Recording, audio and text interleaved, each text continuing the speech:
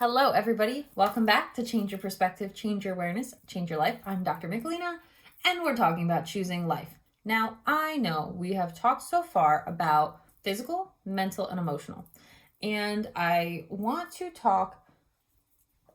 talk about spiritual today. Now, normally I don't do this. Normally I go physical, mental, emotional, intellectual. But I'm actually following the outline of my book. And that I won't go into it, but I'm pretty sure that was divinely orchestrated because I wrote that thing in 10 days and I've been trying to write it for 3 years. So I'm kind of going on that outline. And when I read back, I was like, wait, I put spiritual here? That's so weird of me. I didn't even realize it, but it needed to go into the trajectory of how I outlined the chapters. So we're going to talk a little bit about spiritual today. And I hold with the theory that we are spirits, we have souls, we live in bodies, okay? If you know anything about 3 as a number, it is repeated in nature constantly. And so a lot of the things that are in the spiritual self are very much reflected out in nature. And I know there's a huge debate between faith and religion and science, but actually, and the spiritual community, I would say that there's a lot more in common there than most people would believe, with the exception of religion, because religion is more like tradition. Faith, science, and spirituality are actually not all that different if you come up from a much higher perspective. And so, having worked very hard to attain that higher perspective, let me share it with you. Okay, we are here to change our perspective, change our awareness, and change our lives, right? So the spiritual self, who you are as a spirit who has a soul, who lives in a body, has never changed. Now, I go into this in depth in the academy. I'm not going to put it here. I go into it in a mass amount of depth. So if you are interested in this series or in the leadership series or in anything, you're going to want to subscribe to the academy because I talk about that in big ways there. But I will say a shorter, smaller version of it here, which is that your spiritual self has never stopped existing, okay? Because matter, energy, is never created or destroyed. It just cycles. And so the spiritual self is the intangible sort of self, right? You have to think elementally like air. Air is obviously here. It exists. We cannot see it. We cannot smell it. We cannot taste it. We can't even fully feel it. We can just feel the impact that it has, like our lungs expanding or when we don't have air, right? Our spirit's the same way. Okay, spirit is the same way. It is an energy plus a consciousness. Now, if you do any of the research I told you to do yesterday by Dr. Joe Dispenza, or any of the research on the quantum field, this will not be so far-fetched to you. But even our bodies, like the physical components of us, we have really small particles that make us exist. And so this should not be terribly surprising that even our corporal form, our most tangible form, is still, there's a lot to understand there, you know? And so the spiritual form, there's a lot to understand there too. My cat is obviously crying. What else would she be doing? Contrary to belief, she's not a neglected cat. We just cuddled for an hour. She just wants attention. So, anyway, how do you grow spiritually? Now, this one's a little tricky because actually, you can't really fully grow spiritually so much as unfold and allow yourself to be the person that exists inside of you. Right? So if you think of, and I do this all the time, an acorn, it's always, I'm going to shut this door. She's frustrating me to no end, guys. Sorry. So if you think of a tree, it was an acorn first. When it's a seed, the tree's still in there, but it don't look like a tree. We are not different.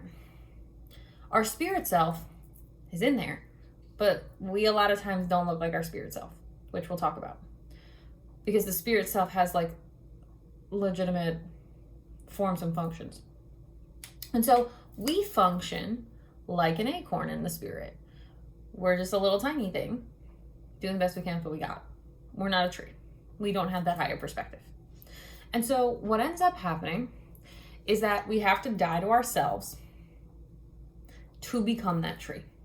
The acorn gets buried and planted. The spirit self goes through trials and tribulations. The person, who you are, spirit, soul, body, all of you, goes through tribulations, which, if you will allow them, those adversities will become testimonies, triumphs.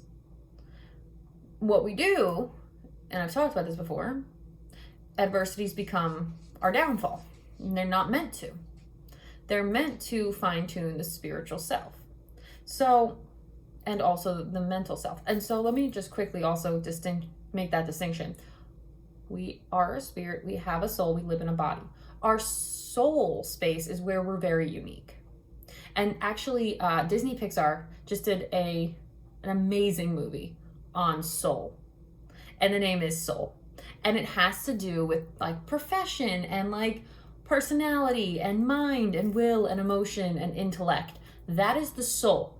And that is like the thumbprint to all of us. We all have a unique soul, just like we all have a pretty unique DNA and some physical components about us, right? We all have unique things that make us unique. So yes, all humans have X things. We all have blood, we all have bones, we all have flesh, we all have hair, but all of it looks real different.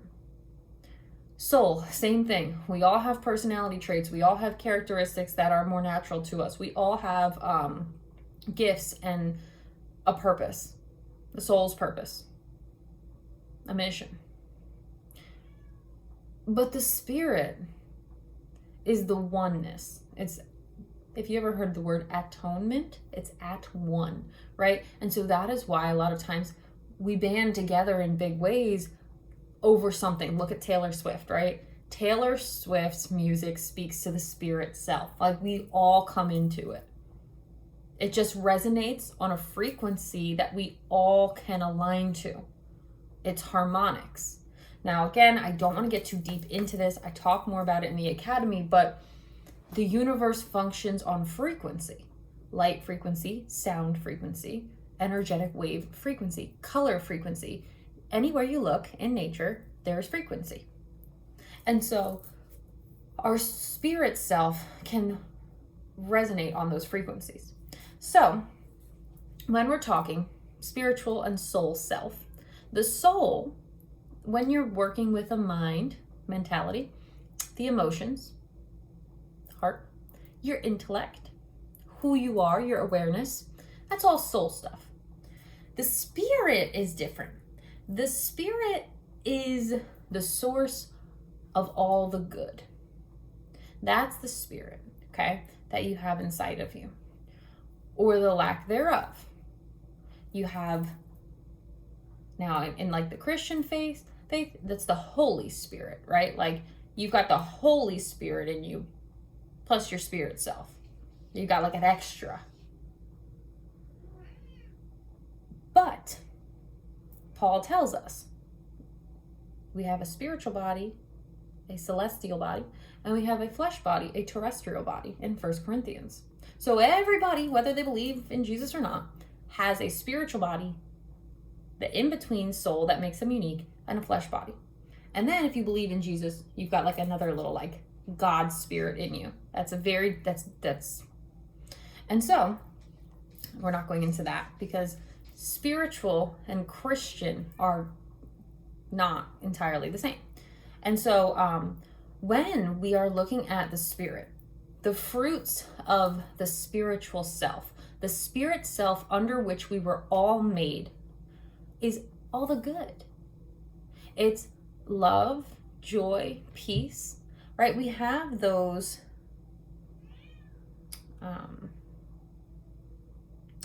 I want to read it to you. Love, joy, peace, forbearance, kindness, goodness, faithfulness, gentleness, and self-control. We all have those spiritual things in us.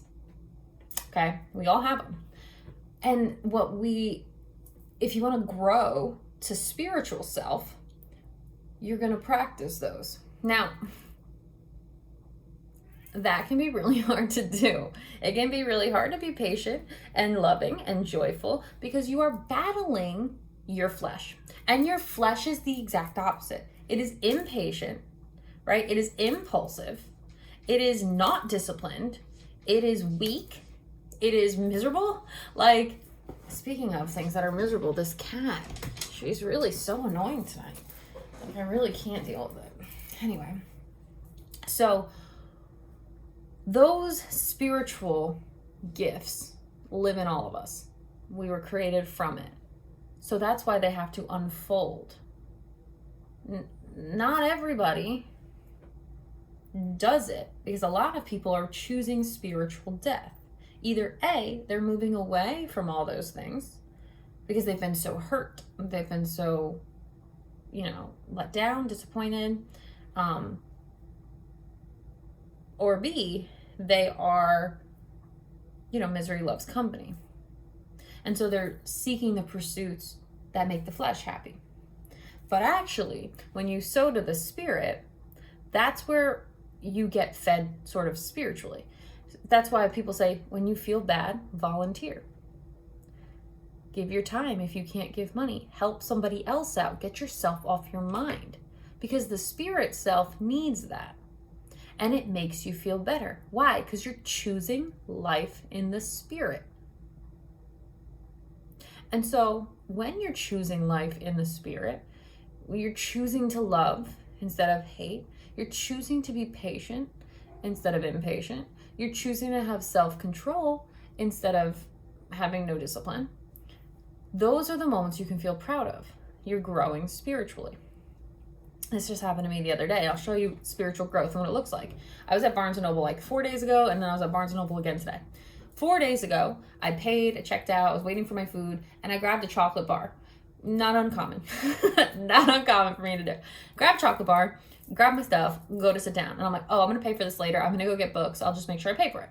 And I'm, doing all the things, snack my bar down, go get my books.